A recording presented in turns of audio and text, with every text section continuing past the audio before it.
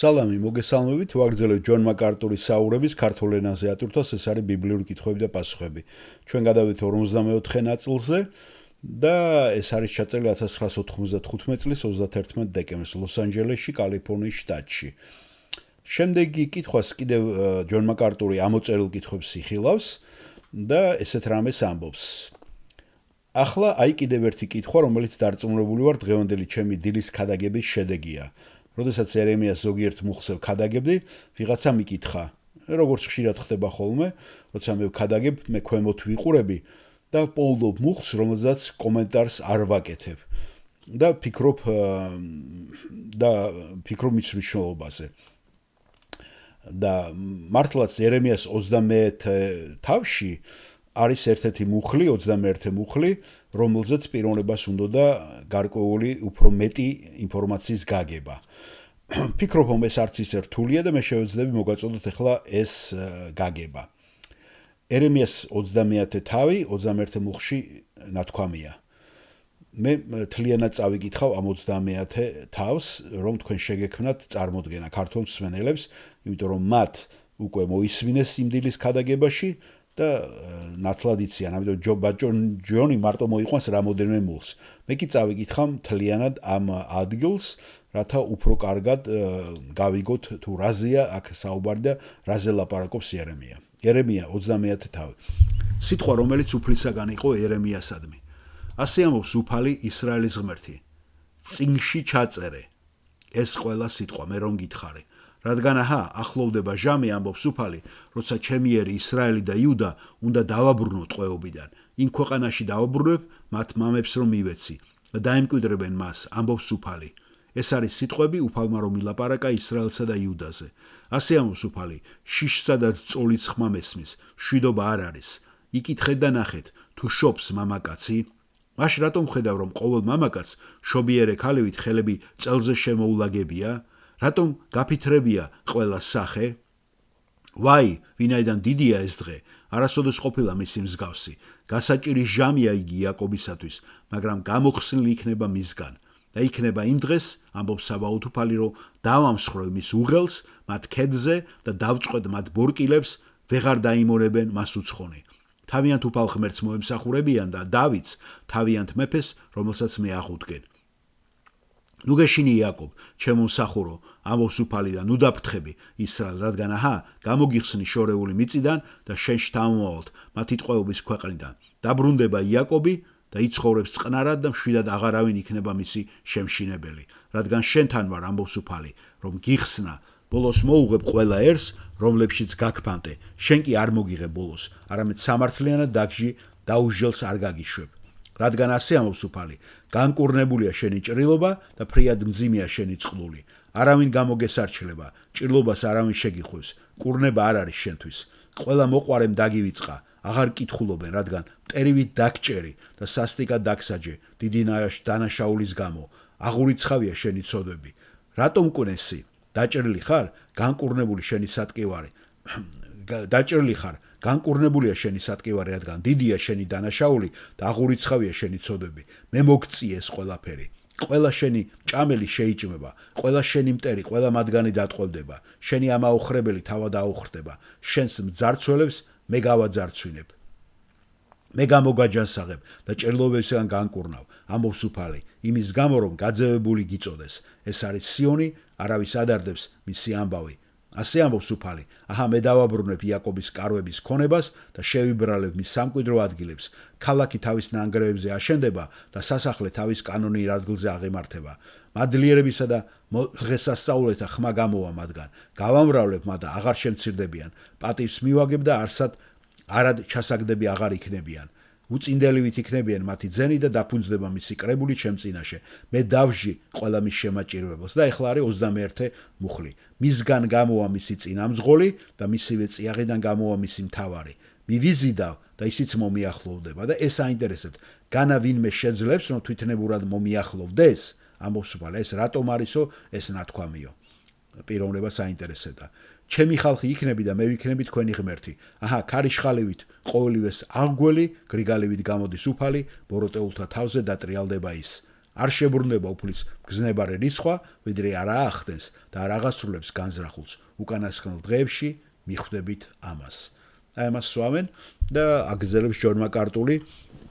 შემდეგი კითხვა ასეთია: ვინ გაბედავს სიცოცხლის რისკის ქვეშ დაყენებას ჩემთან მოსასვლელად, ამბობს უფალი. და რას ნიშნავს ესო?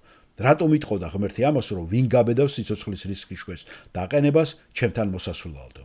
ხედავ, ეს კონტექსტი ჩვენ უნდა გავითვალისწინოთ და მე-18 მუხლში ნახეთ თუ დაბრუნდებით, უფრო ღრმად ჩაუღრმავდებით 30 თავს, უფალი მომავალ ხსნაზე საუბრობს.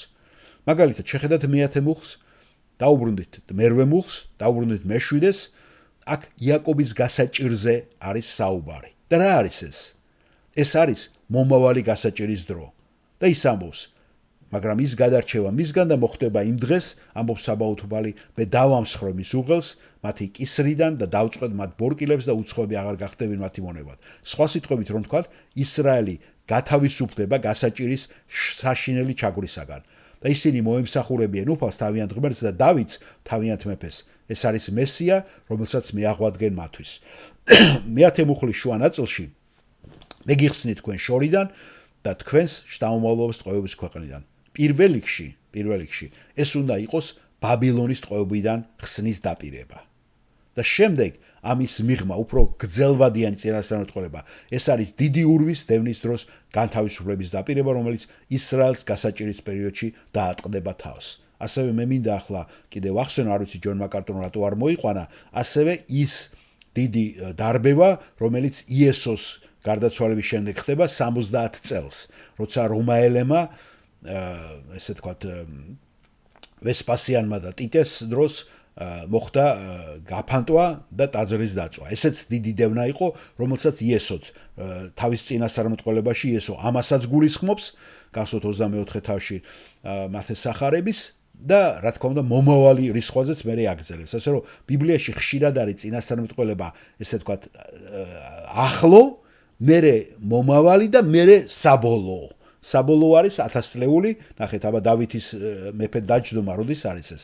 უკვე 1000 წლეულში, ხო? როცა დიდი ურვა დამთავრდება, იესო დაამარცხებს ანტიქრისტეს და ცრუ წინასწარმეტყველს და სატანა შებუჭილი არის. აი ამ პერიოდზე არის კიდე მინიშნება. ეხლა აგრძელებს ჯონ მაკარტული. ასე რომ ღმერთი ჩვენს გვპირდება ხსნას და ერთგვარად ამის კონტექსტიც არის. ხედავთ, თუ გადახვალთ მე-18 მუხლზე, შეგიძლია იქიდან დაიწყოთ. მე აღვადგენ იაკობის კარვების ბედს და შევიწყალე მის საცხოვრებლებს. ქალაქი აღდგება თავის ნანგრევებიდან. ეს მოხდება გადასახლებიდან დაბრუნებისას. გახსოვთ, ქალაქი აღდგა, კედელი აღდგა ნეემიის დროს და ტაძარიც აშენდა. სასახლე აღდგება თავის კუთვნილ ადგილას და მათ გარ გამოვა მადლიერების წირვა და ხიარული ხალხის ხმა. ასე რომ იერემიამ თქვა ტყვეობის შემდეგ, რომ იქნება დაბრუნება. და ერთგვარად ეხლა მე ამაში კიდე ჩავაკერებ, ისრაელის 1948 წელსაც დაბრუნება ერთგვარი ხო იყო წინასწარ სახე. ესეთი რამე არნახული რამე მოხდა, ხო?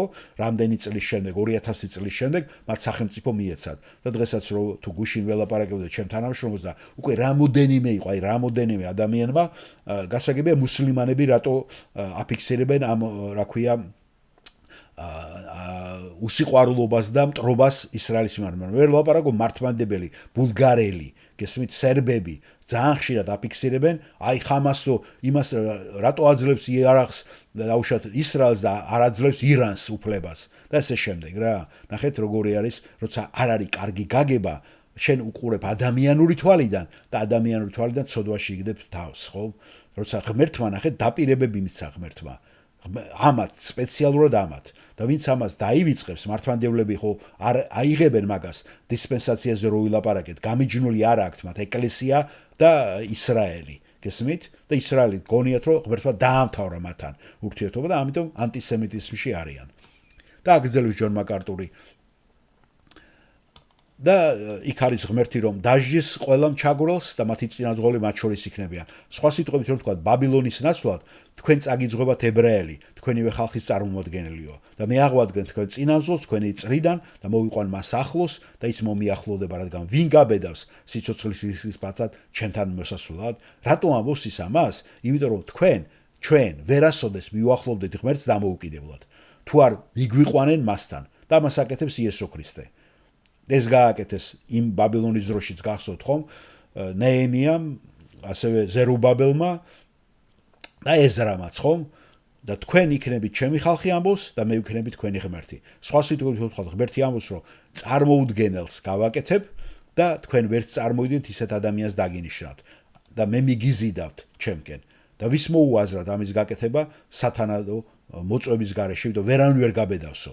ასე რომ მე წარმოუდგენელს გავაკეთებო. ებრაელი ხალხი, როდესაც ერემიას ქადაგებას უსმენდნენ, თუ რამე დადებითი რეაქცია ექნებოდა, დაასკვნენ, რომ მათ ღმერთის უნდა ეშინოდეთ, რადგან ღმერთი ცეცხლოვანი სამჯაროთი მოვიდოდა. 70 წლის ტყვეობის შემდეგ და ზოგიერთის ამაზე მეტიც კი ღმერთს ძალიან კაც სამჯაროს ღმერთად აღიქვამდნენ და მასთან მიახლოებას ერიდებოდნენ.